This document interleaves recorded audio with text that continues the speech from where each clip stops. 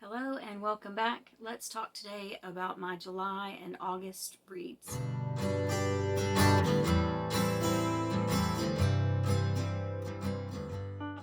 Okay, I didn't read a whole lot. Usually I read a ton. I read like a book a day basically, but in July and August I didn't read as much. In July, Dave was off work for a week.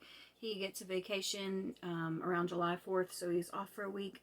So since I usually read while he's at work, I did not read much that week and just spent time with him. And then I was also sick with a migraine one week in July, so I didn't read anything that week.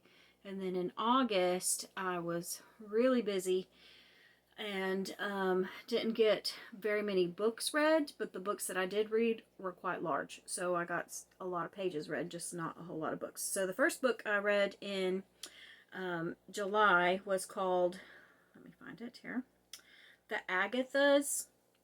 I gave this book 4 stars. It's the first in this series. I don't know if this is considered young adult or not.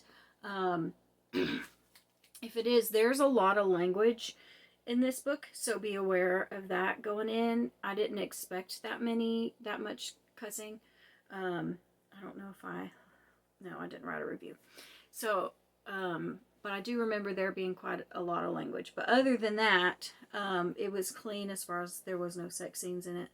And there was quite a lot of talk. These kids are in high school, I believe. And there was quite a lot of talk about drugs and alcohol and sex. And there was a lot of that conversation. And so I didn't expect that. Really, I should have, because, I guess I should have. But I didn't. And so there was not any detail. It's not like how-tos, but it was talking about these kids, their wildness and the parties and shenanigans that they get up to. And then this girl goes missing, and one of her friends is trying to figure out what happened to her. And she's obsessed with Agatha Christie novels. And so it just goes from there. And the overall arching mystery is actually really good. It was fast paced, so it was a fun time. It was a quick read. It was fun if you like mysteries. I would not say it's Agatha Christie like. Really, the mystery was good, but the only connection to Agatha Christie is that the main character likes Agatha Christie novels, but they're not clean like Agatha Christie novels are, if that makes sense. So, because there's a lot of language. So, other than that, they're really good. And so, I do think I want to continue on in the series. So, this was book 1. So, then the next book I read, and this is going to be an unpopular opinion, just so you know. So, I read Middle of the Night by Riley Sager. This is his newest release. And I listened to it on audio. All these are on audio this month. I didn't have any physical reads. They were all on audio. I don't think Riley Sager is the author for me. So, this is the 3rd book I've read by him. I have one more. I have The House Across the Lake that my daughter has loaned me. And so I will probably read that one. And if I don't like that one, I probably won't read any more of his books. So all his other books have been 2 or 3 stars for me.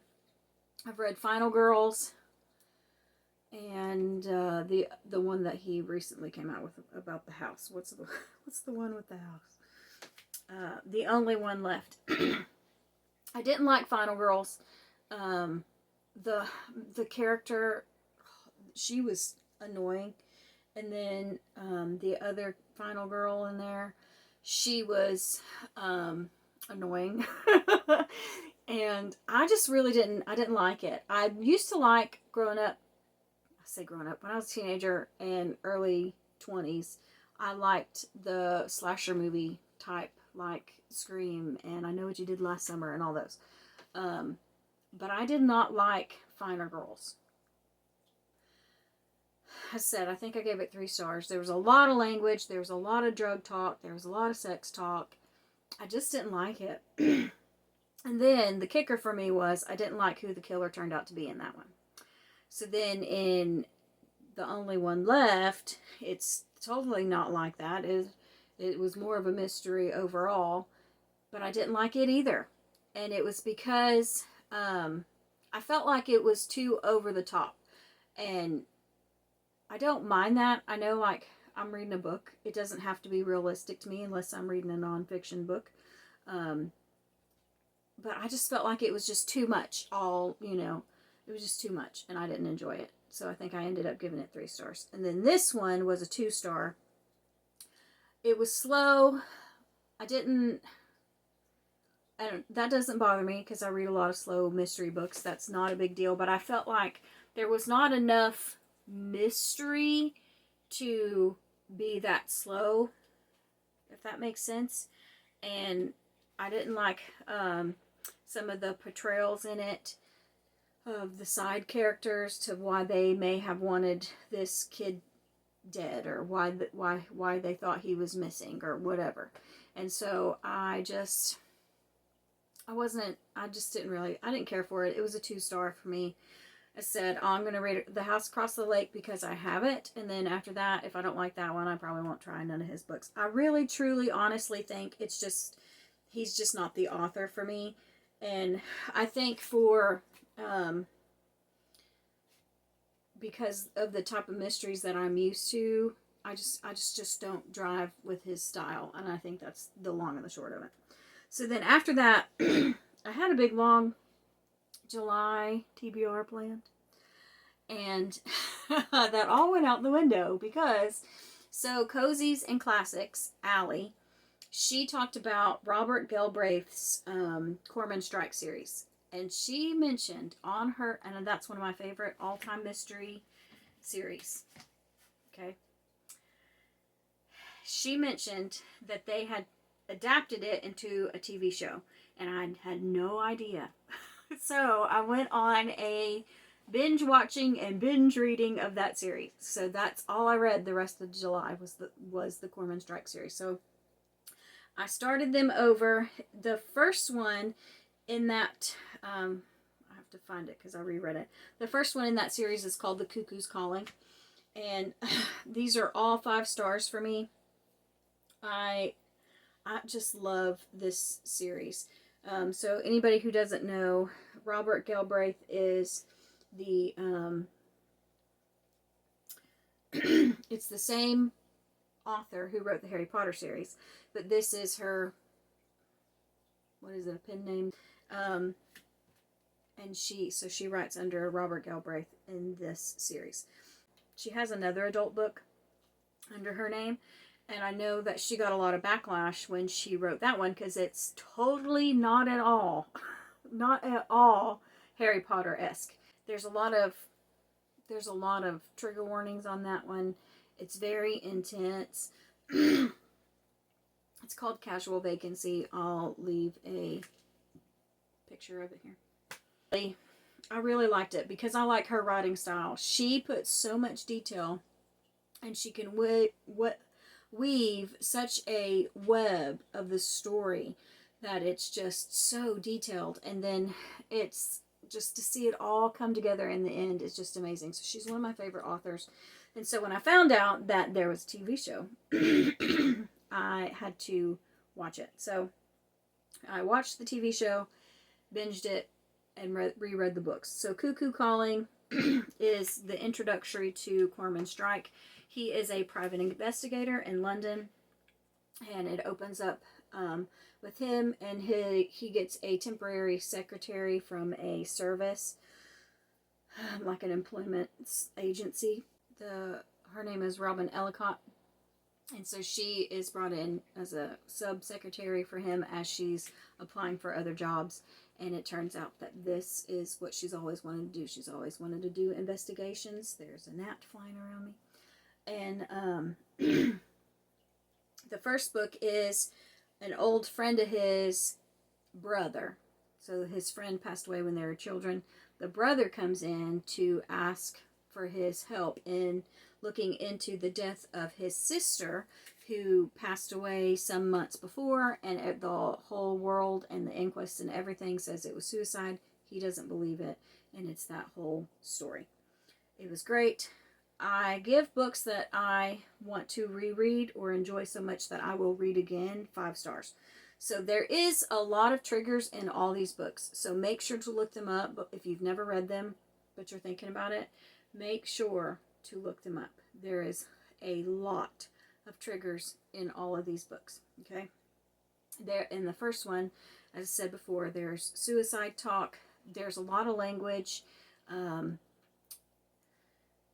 There's some other, I don't know if we find out in this first book Robin's past, but she was assaulted. So that's in there, and it's not fully described on page, but she does talk about it.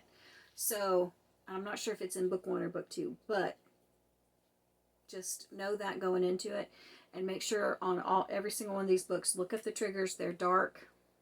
You need to be prepared going into them. So the next one is in this series. Book number 2 is called Silkworm. This one, Robin has obviously stayed on and become his partner. I don't think she's officially his partner, but she stays on and helps him in the there in the office in his detective agency. And a author has went missing, Owen Quine, and his wife calls on strike to solve his disappearance and bring him home.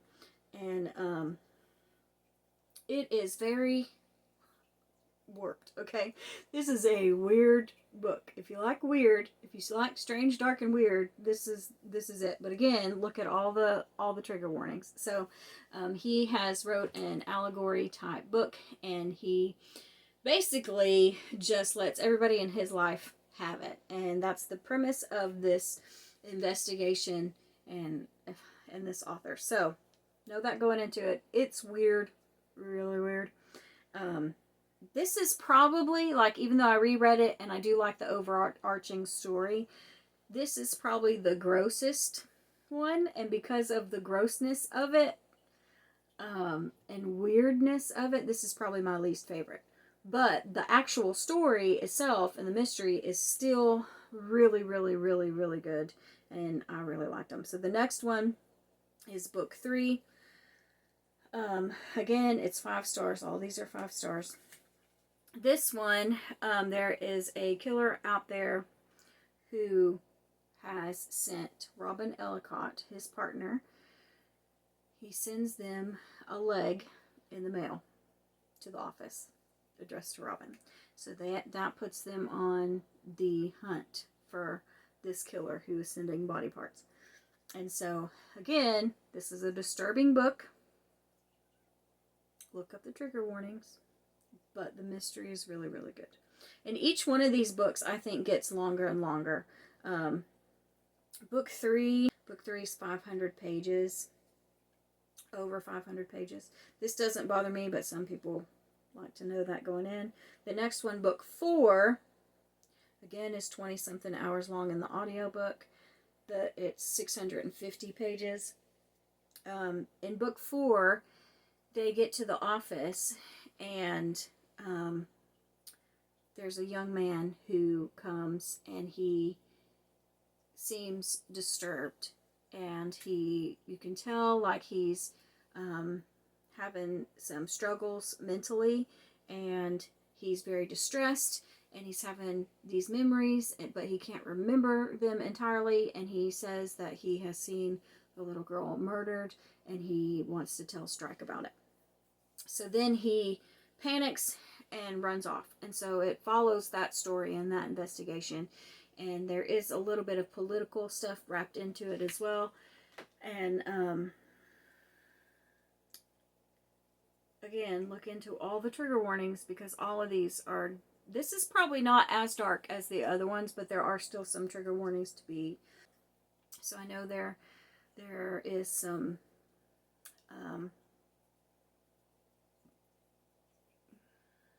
of course, it talks about the death of that child, and then another loss of a child in this book, and then also some animal cruelty type things.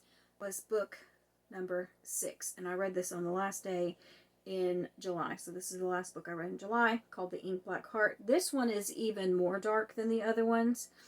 And this one is about, a girl comes to them, and she is an artist, and she and a partner have drawn a cartoon, and she is receiving like death threats, and she wants, so their cartoon started on YouTube, and it's become a big deal, and they want to make it like an actual film, and the fans are going crazy. And basically online, she's being harassed by a particular person online, and that person online is also telling the fandom to attack her and bully her and all that kind of stuff. And they don't really handle cyber crimes, so they suggest that she goes elsewhere. And so the story develops from there. And this one, as I said, is quite dark, because the cartoon is quite dark, and there's a lot of trigger warnings also in this one. They're all going to be, there's a gnat flying around me, it's driving me crazy. They're just all in the series going to be ones that you want to look up the trigger warnings for if you are triggered by anything. So, excellent, 5 stars. So the next book that I started to read was a devotional by Elizabeth Elliot, and I think it's compiled. I don't think she wrote every sentence in this book, but that's my review. Let me look at so in this one, it's a devotional, and it's never before published things from Elizabeth Elliot. So yes, it's compiled by Dayspring. So I DNF'd this book at 18%. It's a 1 star. I can't recommend this at all. I'm sure that the Elizabeth Elliot portions of it may have been good and uplifting and encouraging, but anybody that knows me knows I am a King James only Bible believer, okay?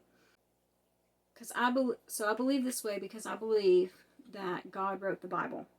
He did use men to pen it, but it was him speaking through those men.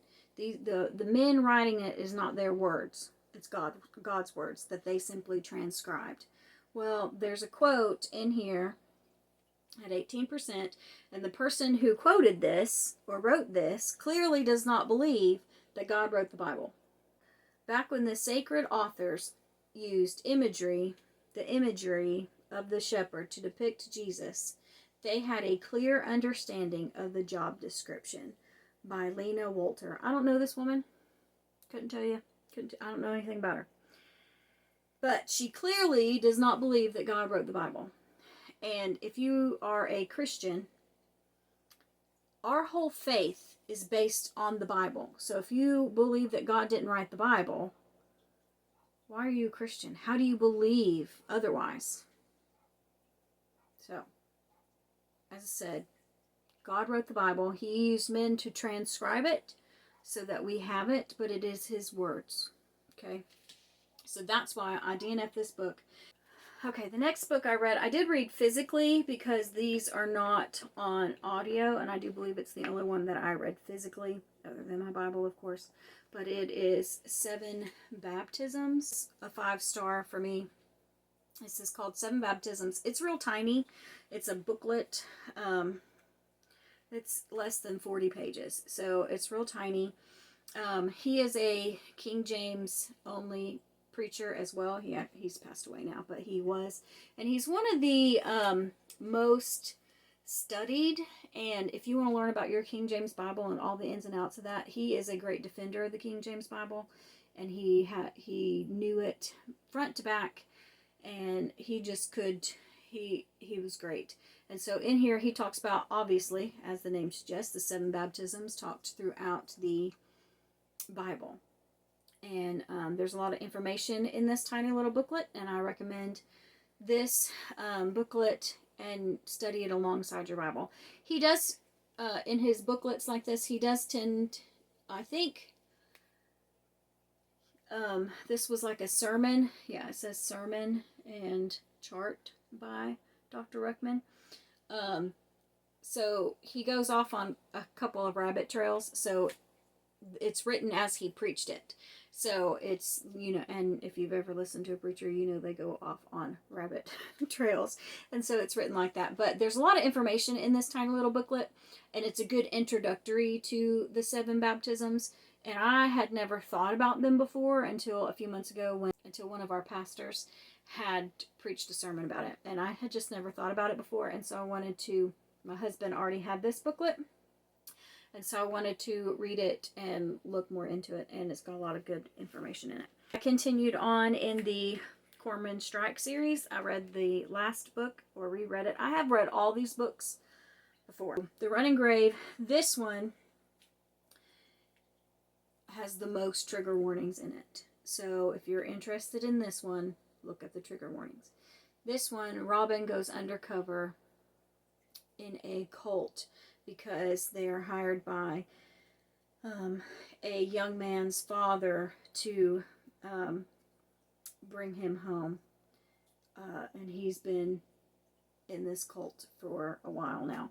And so she goes undercover and finds all, how to get this boy home or whatever. It's called The Running Grave. And it's really, really good. And it is really stressful. So I was stressed out and anxious the entire time listening to this audiobook.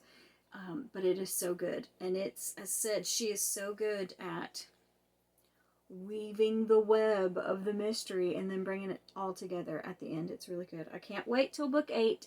I will have it as soon as it comes out. So then the next one that I read is A Body at a Boarding School by Benedict Brown. These are good and clean. They're set in the 20s, and they're just, I like the humor in it, and I said they're clean. There's no language, there's no sex or anything like that. They're good and clean. If you like things like Agatha Christie and that style of mysteries, you'll really like these. This is exactly what it says. A young man, he's a teenager. His, what is the name? They're not principals at boarding school. What are they called? Headmaster. The headmaster is found murdered. And he and his grandfather investigate. And it's really good. So I read this out of order. So this is book 2. Make sure you read book 1, which I did in a couple of minutes. I'll talk about that. But I read it out of order because I enjoy reading books like seasonally, and I'm a seasonal mood reader, and at school time, when school starts back, I want to read books about school, and so this is one of the ones I read. The next one that I read is also a favorite series of mine, and it's by Andrea Penrose. This is the Wexford and Sloane series. This is Murder at the Merton Library, and it's excellent. These are also mysteries, and it's a spin on like Sherlock Holmes mysteries, but Sloane is a female and Wexford is a man, obviously, and it's set in England. These are historical, and I'm trying to think of the time period. I'm thinking Victorian. He is an Earl of Wexford. This one doesn't specifically say, but I'm thinking the Victoria era. And this one is, he finds a friend of his who is a librarian at Oxford to talk to a friend, and he finds him murdered. And so it's that journey. This again is book 7, so start with book 1. You will be spoiled for previous books if you don't read these ones in order. Next one is book 1 in the Lord Edgington Investigate series by Benedict Brown. This is Murder at the Spring Ball, and this one is really good. Lord Edgington plans a ball to celebrate his birthday. He's turning 75, and they find someone murdered. Anyway, it's a family member, so they start finding family members dead. And it's set in the 1920s, again in England, and they're very Agatha Christie-esque, so if you like that style, you'll really, really enjoy these. And the granddad and the grandson investigate together. And the humor is just, it's quirky, and it's really, I just really enjoy it. So it's a really good, clean mystery series. So then I read book 5. So I read the Cormoran Strike series out of order because I was getting the audiobooks from my library. I do plan to buy them going forward, but I was waiting on it from the library. So the next one is Troubled Blood, and this one is a cold case in this series about a doctor who went missing in the 70s, and her daughter hires Cormoran to find out what happened to her mother. And they're really good. This one, there is some triggers in it, and be careful of that. But this one is the least, one of the least, it's like the first one, it's one of the least dark ones that there is. But there's a lot of trigger warnings, and a lot in this one. So make sure to read it. Read the trigger warnings before you start. But it's really good. Then the next one I read Accidentally Amy by Lynn Painter. And I thought that she was a clean author, and I think maybe her young adult stuff is, and I thought that's what this is. But this one is not clean, so know that going in. It is not at all. The language is absolutely horrible. I will probably not read any more of her adult books. And then there was more than one sex scene that I skipped over, and so the story was cute. So I gave it a 3-star because the actual romance in it was adorable. But other than that, like the main character was kind of annoying, so I can see where people wouldn't like that. And then there was just way too much language in it. And then after 60%, and even up to then, there's a lot of talk about the attraction to the other person, and you know what I mean. And then there was just too much in it after that, so it's just not worth it. I won't read no more from her. I might try one of her young adults if they are clean, but if they're not, then I'm not going to bother. Accidentally Amy was the last one that I read in August, and I finished it, I think, on the last day of August. But it was not, I said, I won't read any more of her adult stuff. So overall, my reading was good because I reread books that were 5 stars for me and had a good time doing it. I just didn't read that much. So that's all I have for you today. That's all that I read in July and August. If you enjoyed this video, please let me know. Please leave me a book stack emoji in the comments. Just letting me know. And you can let me know how many books you read over the summer. And if you have read any of these and liked any of these, or if you're interested in them, we can talk about them in the comments. So just let me know. And just thank you for tuning in today, and I'll see you next time. Bye.